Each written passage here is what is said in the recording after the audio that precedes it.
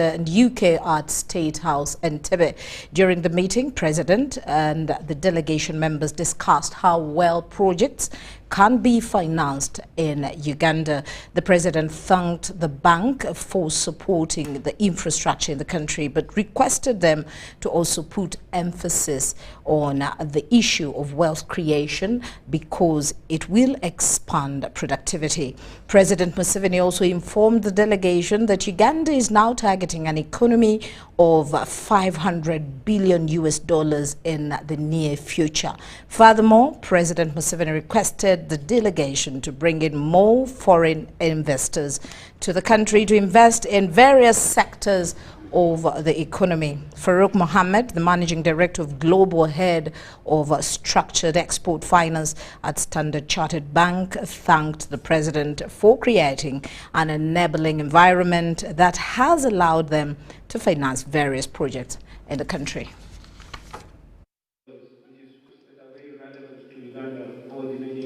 And this can only happen when transmission lines.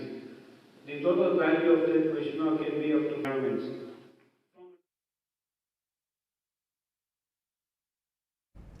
And of course, we will be updating you more on that story in a subsequent bulletin. And now another issue about the parliamentary signatures in a bid to collect a couple of signatures. The mover of the motion to impeach 4 Parliament backbench commissioners, Theodore Sechikubo, Member of Parliament Remi Yaga, said they have winded up the exercise of hunting for signatures because they have attained a number of signatures they needed to move their motion forward by writing a notice to the Speaker of Parliament through the Clerk of Parliament requesting to put the motion on the order paper. Now, members of Parliament Arua City Division, Member of Parliament Arua City Division Jackson Atima has appended his signature to make 176, the required number. However, Sechikubo says that he has left the window open for more who would wish to append the signatures through the weekend to next week. Honorable Atima said that the members of Parliament, as a member of Parliament, they are doing their oversight role, but if they become the point of suspicion, they will not be received by any institutions of government to do oversight on them. Parliament, for one arm of government, that is the legislature, as a member of Parliament, where our roles, one of our roles in the Constitution is well stipulated that we are supposed to do oversight role. Oversight starts with us, so that when we get out there, it becomes easier. The ones we are doing oversight about can receive us with the dignity. If we become now the point of suspicion, then it becomes very difficult for us to come to any institution that we are doing oversight. We have come here to do ABCD. One of our roles as members of Parliament, which is oversight, will die.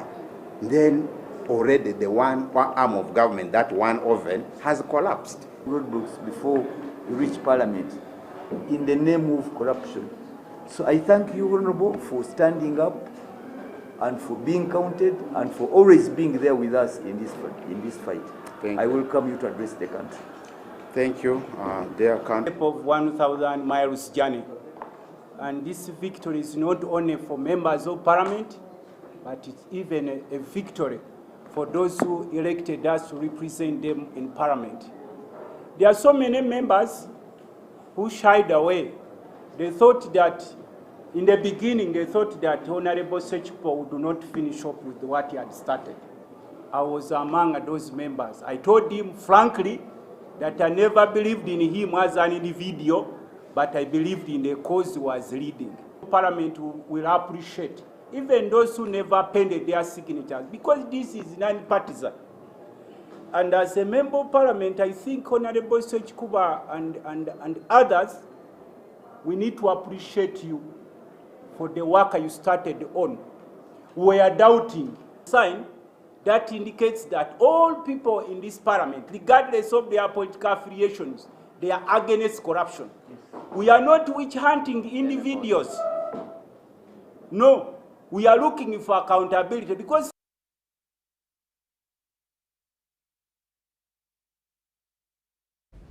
quite an interesting discussion there. Now, today and time, we would like to engage you in a health interview. This is our health corner, and we will be talking and delving more onto the role of the private sector in bridging the healthcare funding gap. In studios, I'm joined by the head of claims at Jubilee Health Insurance, and he's none other than Dr. Maurice Ego.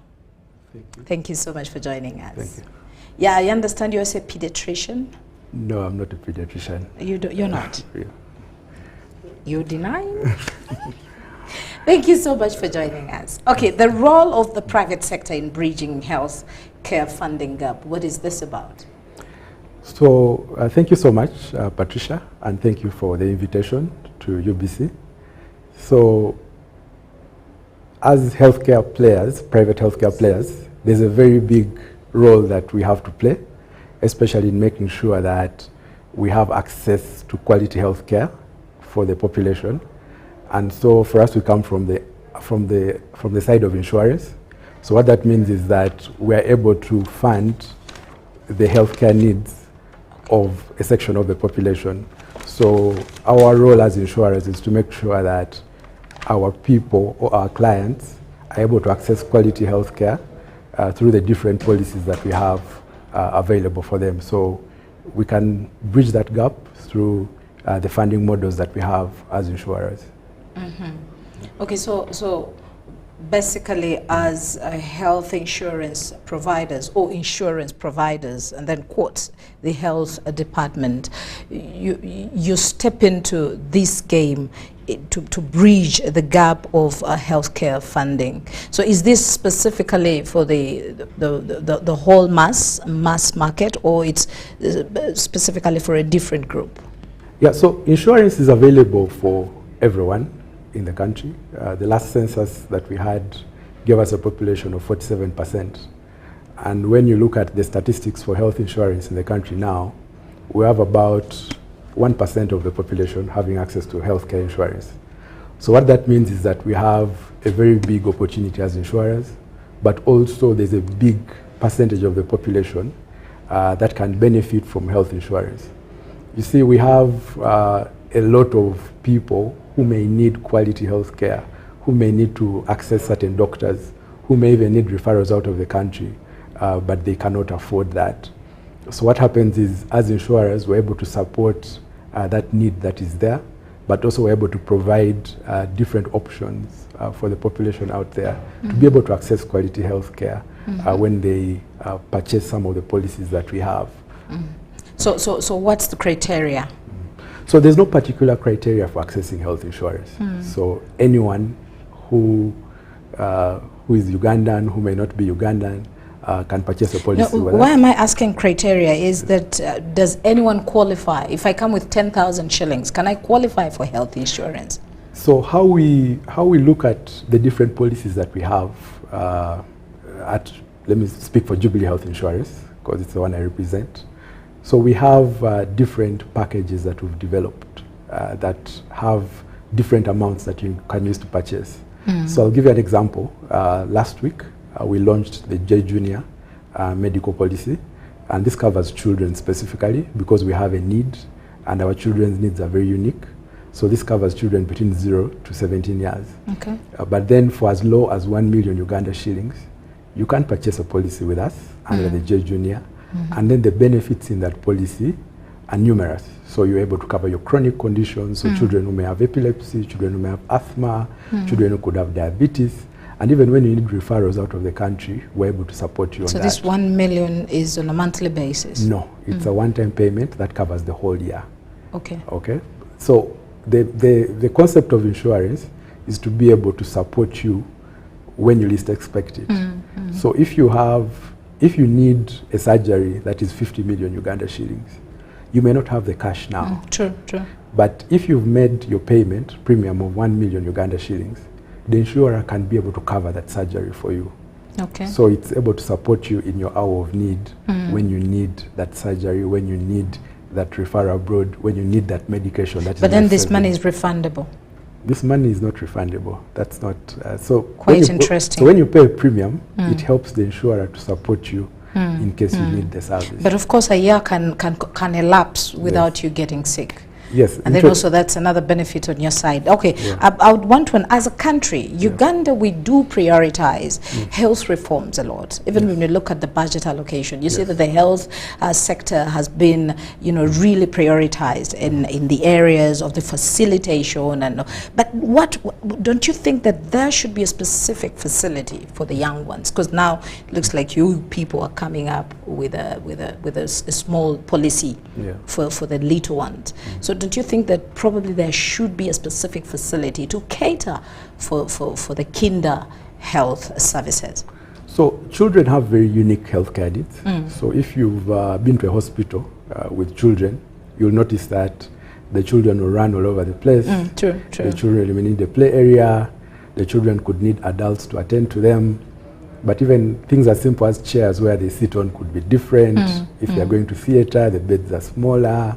So it's important that we have a particular focus on the children, and that particular focus will help us to have a much healthier population. Because if you look at our statistics as a country, we have more than 80% of our population in the children's category. So what that means is that we have a very big young population that needs focus, especially in terms of their healthcare needs. So we should be able to have specific places, but also as private healthcare players, as Jubilee Insurance, we're able to have specific policies like the J Junior that are for children that cater to their healthcare needs. Okay, so the J Junior seems a little bit unique. As we wind up in just a minute, how are you going to maintain the competitive edge on the insurance market? Yeah, so as Jubilee Health Insurance, one of our hallmarks is flexibility. So we're able to cater for the specific needs of the client. So what happens is, depending on your particular needs, we're able to craft a policy that works very well for you. But then also, so you can tailor-make? We can tailor the policy for you. But then also, we innovate a lot. So we are always thinking about the different needs that different clients have through research, but also through the different bodies that carry information for the population. So then we're able to have specific policies that support. So because of innovation, because of flexibility, but then also we're able to tailor different products that meet particular segments of the market. So whether you have 1 million, whether you have 5 million, you're able to get a policy that can work for you under Jubilee Health Insurance. Okay, Dr. Morris, thank you so much for joining us. It has been a health insurance conversation, and thank you so much for joining us. My name is Patricia Lokoma Mpango. It has been a great afternoon, a brief, great afternoon with you. Good afternoon. Let's meet again at 8 and 10 o'clock.